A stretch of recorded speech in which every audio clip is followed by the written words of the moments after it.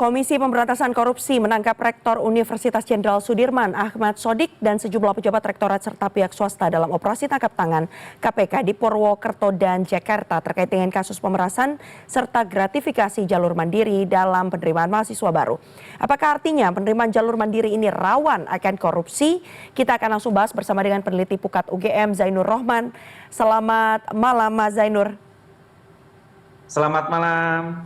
Terima kasih sudah bergabung bersama kami. Ini angka yang fantastis ya Mas ya. Penyidik menemukan dugaan gratifikasi bahkan mencapai 1,12 miliar rupiah sepanjang 2025 sampai 2026.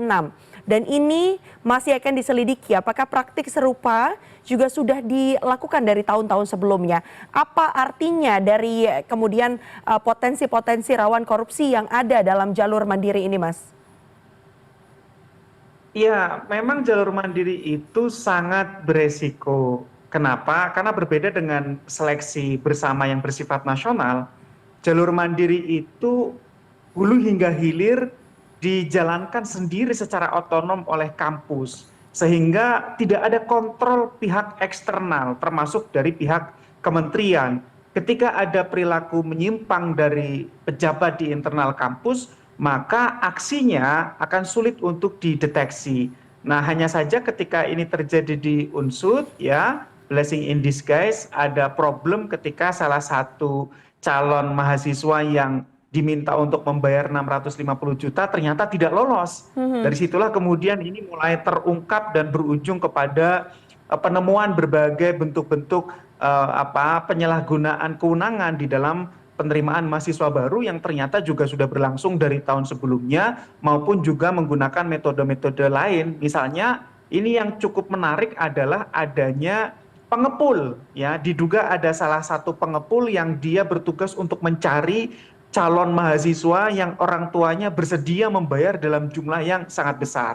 Nah, kembali lagi seleksi mandiri yang tujuan awalnya untuk memberikan otonomi yang besar kepada kampus ternyata berujung kepada penyalahgunaan kewenangan dengan jual beli kursi dalam jumlah angka yang sangat fantastis. Sehingga memang berdasarkan rekomendasi KPK pasca pengungkapan kasus Universitas Lampung di tahun 2022, sebenarnya KPK merekomendasikan perbaikan sistem seleksi jalur mandiri. Salah satunya adalah untuk menjamin transparansi akuntabilitas termasuk kontrol eksternal. Yang kedua adalah agar ada pembatasan kewenangan di internal pejabat kampus agar pejabat kampus itu tidak secara mutlak menentukan proses kelulusan seorang calon mahasiswa, harus menggunakan mekanisme yang transparan, yang akuntabel sehingga meminimalisir terjadinya kecurangan. Tetapi ternyata pasca peristiwa Universitas Lampung,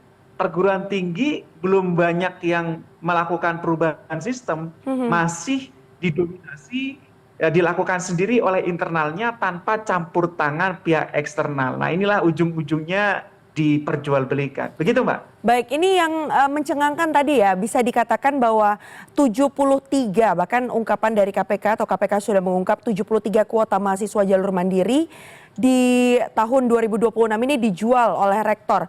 73 dari 245 ya Mas ya. Koreksi jika saya salah, ini kemudian menjadi poolnya tadi dan bisa dikatakan lagi-lagi ini untungnya ada yang melaporkan. Dengan kondisi seperti ini, apakah artinya dari data dan pengamatan Pukat UGM kasus terbongkarnya praktik serupa yang ada di Unsud maupun di Unila ini adalah fenomena gunung es ya? Sebenarnya sebelum-sebelumnya itu banyak marak terjadi tapi mungkin tidak terlaporkan.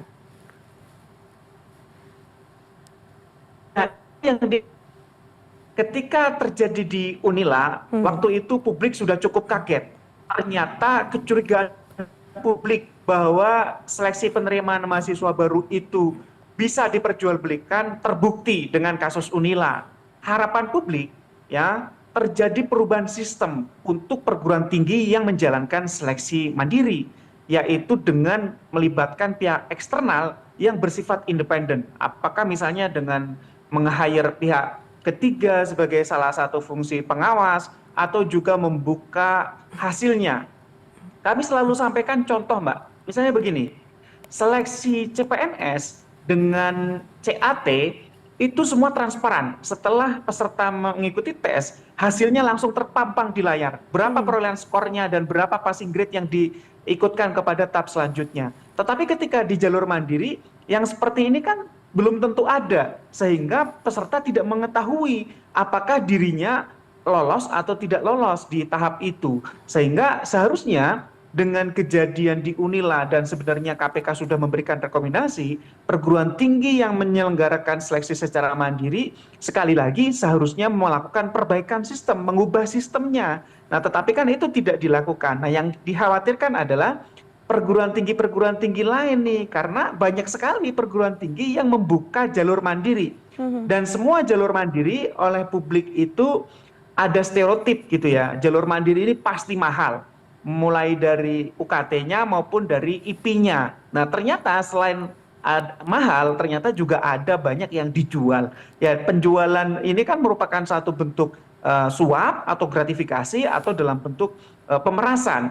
Nah, ini yang menjadi pertanyaan, setelah kasus Unsut ini, apakah akan ada perbaikan sistem rekrutmen mahasiswa baru jalur mandiri atau akan terus berulang gitu ya.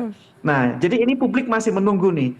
Apakah KPK akan memberikan rekomendasi misalnya kepada Kementerian Pendidikan Tinggi untuk melakukan evaluasi terhadap seleksi jalur mandiri, bukan untuk mengurangi otonomi kampus, tetapi untuk meningkatkan transparansi dan akuntabilitasnya. Misalnya melibatkan pihak ketiga eksternal yang independen, atau dengan sistem yang transparan sehingga peserta bisa memastikan apakah dirinya itu lolos diterima atau tidak, berapa nilai dirinya dan berapa nilai yang lolos. Harusnya itu semuanya terbuka seperti CAT untuk CPNS gitu ya. Baik. Nah, yang diunsut ini kontrolnya adalah pejabat rektorat punya ID untuk masuk ke dalam sistem dan bisa mengubah hasil.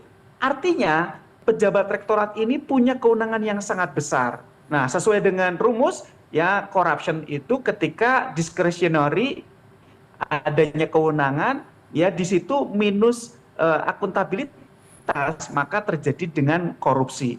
Jadi ketika ada kewenangan untuk mengubah nilai, mengubah peringkat, tanpa ada transparansi, ujung-ujungnya itu adalah korupsi. Nah, jadi sekali lagi, ini publik masih sangat menunggu-nunggu gitu ya cerita lengkap dari Unsut ini, dan kami berharap agar KPK juga dapat melakukan review lagi terhadap sistem yang buruk ini, kemudian memberikan rekomendasi termasuk kepada Kementerian Pendidikan Tinggi, termasuk juga kepada para perguruan tinggi yang menyelenggarakan sistem rekrutmen jalur mandiri ini, agar tidak terus terulang gitu ya. Ya, kita malu begitu ya, kalau institusi pendidikan ternyata korup dan bobrok, lantas mana lagi yang bisa dipercaya di Republik ini? Kepada siapa lagi rakyat bisa berharap adanya perubahan, perbaikan dari sisi tata kelola pemerintahan, dari sisi etika publik, dari sisi moralitas? Kepada siapa lagi publik bisa berharap kalau perguruan tingginya saja korup seperti ini gitu. Itu Mbak. Baik, ini satu kondisi yang sebenarnya bisa dikatakan sangatlah miris ya Mas ya, kalau kita bandingkan dengan di tengah fenomena banyaknya juga mahasiswa baru yang kemudian melaporkan tidak bisa daftar ulang karena biaya UKT mahal gitu ya.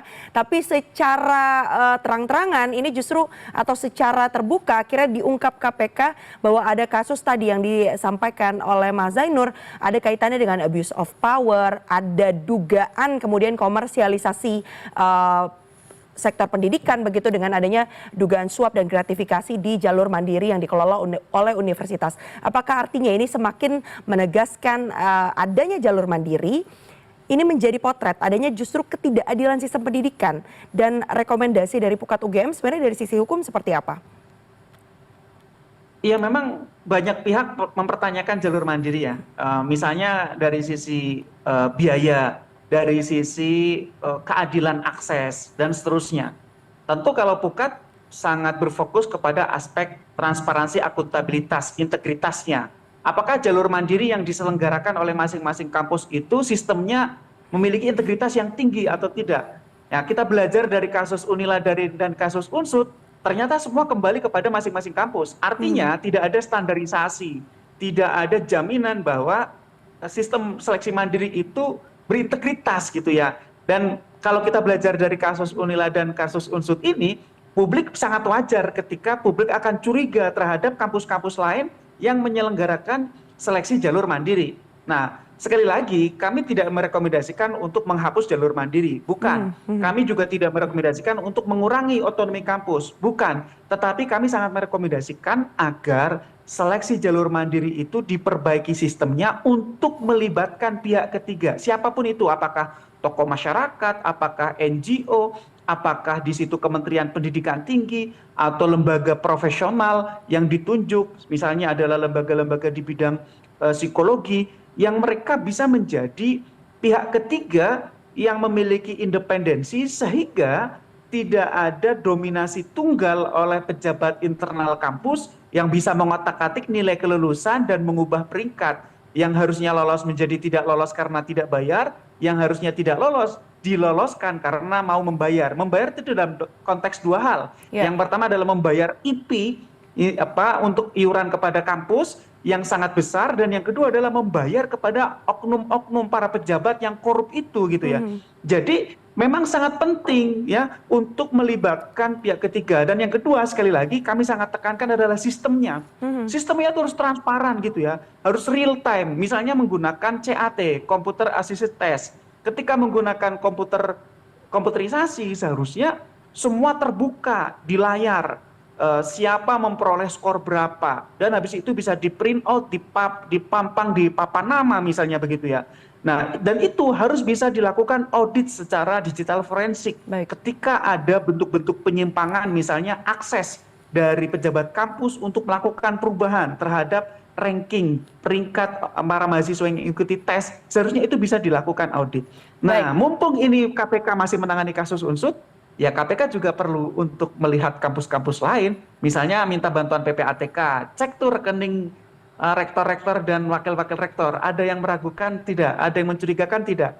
Cek juga bagaimana laporan dari orang tua mahasiswa, cek juga, buka juga pengaduan, apakah ada informasi dari kampus-kampus lain yang disuarakan oleh masyarakat. Misalnya KPK membuka hotline, barangkali ada juga praktek-praktek serupa di kampus lain. Ini kesempatan untuk melakukan perubahan agar jangan ada lagi seperti Unila dulu, gitu Mbak. Iya, pun kalau memang ada laporan, tapi mungkin yang ingin atau mengetahui praktek tersebut justru tanda kutip pernah terlibat kasus serupa dari pihak luar dari universitas, jangan lupa ya Mas ya, kalau kita punya namanya justice collaborator, justru ketika melaporkan menjadi whistleblower mungkin juga akan ada keringanan-keringanan hukuman yang bisa jadi pertimbangan nantinya untuk bisa mengungkap kasus yang lebih besar lagi ya. Mas, tapi kita melihat ini ya, ditangkapnya rektor beserta jajaran wakil rektor di Unsut, ini kita lihat di Unila juga, di perguruan tinggi lah ya, dalam kasus korupsi ini menjadi satu ironi. Sebenarnya apa sih kemudian menurut pandangan dari Mas Zainur Rohman yang membuat praktik seperti ini bisa terjadi? Apakah memang betul karena adanya akses, abuse of power? Oleh karena itu bagaimana seharusnya aturan bagi petinggi di perguruan tinggi agar tidak ada lagi nih kasus-kasus serupa seperti ini yang mencoreng wajah pendidikan Indonesia? Yang pertama tentu karena ada kesempatan. Yang kedua ada niat. Hanya karena ada niat, kalau kesempatannya tertutup itu tidak akan terjadi. Misalnya ada pejabat-pejabat rektorat ingin korupsi, ingin meminta uang kepada calon mahasiswa. Tapi kalau sistemnya adalah seleksi bersama nasional, maka dia tidak punya kewenangan, tidak punya kesempatan untuk otak-atik peringkat. Jadi kebocoran ini ada kepada kesempatan. Kesempatan pejabat rektorat dengan ID yang dimiliki untuk masuk ke dalam sistem informasi penerimaan mahasiswa baru di internal kampusnya, kemudian mengotak-atik skor, mengotak-atik peringkat, mengotak-atik mana yang diloloskan, mana yang tidak diloloskan. Jadi menurut saya ini adalah kegagalan sistem yang kemudian mengakibatkan sistem ini tidak berintegritas. Sistem ini bisa dimainkan, bisa bocor, bisa kemudian dikomersilkan secara melawan hukum oleh pejabat-pejabat yang korup. Itu yang pertama. Yang kedua tentu kita tidak menafikan adanya niat begitu ya. Ya ada kesempatan, tapi kalau orang imannya kuat, rasa malunya tinggi, dia tidak akan menggunakan kesempatan itu untuk melakukan pelanggaran hukum. Dia tidak akan menggunakan kesempatan itu untuk korupsi. Jadi niatnya ini berarti memang ada pejabat-pejabat kampus yang punya niatan untuk memperkaya diri dengan jalur cepat gitu ya. Bahkan di kasus Unsut ini, menurut penyidik dari KPK, ketika ada seorang calon mahasiswa sudah membayar 650 juta kemudian tidak lolos, dia minta balikin duitnya, ya pejabat kampus mencari uang untuk mengembalikan. Kenapa? Karena uang 600 juta itu sudah digunakan untuk keperluan pribadi. Dengan cara apa dia mencari uang untuk mengembalikan mahasiswa yang tidak diloloskan itu? Dengan cara menjual paket pekerjaan pengadaan barang dan jasa. Artinya dari satu kasus korupsi menimbulkan kasus korupsi yang lain gitu ya. Nah, sehingga sekali lagi ini memang niat jahat dari pejabat-pejabat ini semakin terlihat dengan kuat gitu ya.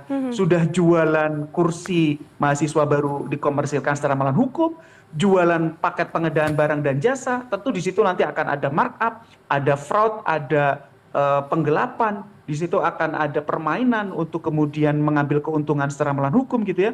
Dan di situ juga ada pengepul untuk calo-calo yang ditugaskan untuk mencari calon mahasiswa baru. Jadi dengan dua hal itu ya, ada kesempatan terbuka dan ada niat yang memang mereka berniat jahat, perlu pendekatan sistemik gitu ya, memperbaiki jalur mandiri agar bisa akuntabel, bisa transparan, bisa berintegritas. Dan juga yang kedua bagaimana ya integritas individual dan jabatan di institusi pendidikan tinggi itu juga perlu terus diperbaiki. Harus terus diingatkan secara berkala bahwa jabatan yang mulia sebagai pimpinan perguruan tinggi, seorang pendidik harusnya dapat menjadi teladan bagi calon-calon generasi penerus bangsa. Kalau pimpinan tertinggi dari institusi pendidikan tingginya saja korup, lantas apa yang bisa diharapkan dari institusi pendidikan tinggi ini? Jangan-jangan mahasiswanya akan kemudian tidak bisa memperoleh keteladanan dari pimpinan-pimpinan yang kemudian korup itu. Itu Mbak. Baik, tentunya kasus yang terjadi di Unsut, kemudian sebelumnya sudah juga ada di Universitas Lampung, ini bisa dikatakan dua kasus yang terungkap begitu ya. Kita tidak tahu bagaimana praktiknya, tapi yang pasti yang kita harapkan adalah ini menjadi wake up call untuk adanya perbaikan sistem yang lebih akuntabel, lebih transparan untuk kemudian kemajuan atau pengembangan sistem pendidikan tinggi yang ada di Indonesia. Terima kasih banyak kepada Mas Zainur Rohman, peneliti Pukat UGM sudah bergabung bersama kami. Kita akan pantau terus bersama ya Mas ya nanti bagaimana kemudian implementasinya, tindak lanjutnya dari temuan-temuan KPK ini, terutama ketika dijadikan atau kita translasikan menjadi sistem-sistem pendidikan yang ada di Indonesia. Terima kasih sudah bergabung bersama kami Mas. Terima kasih. Selamat malam.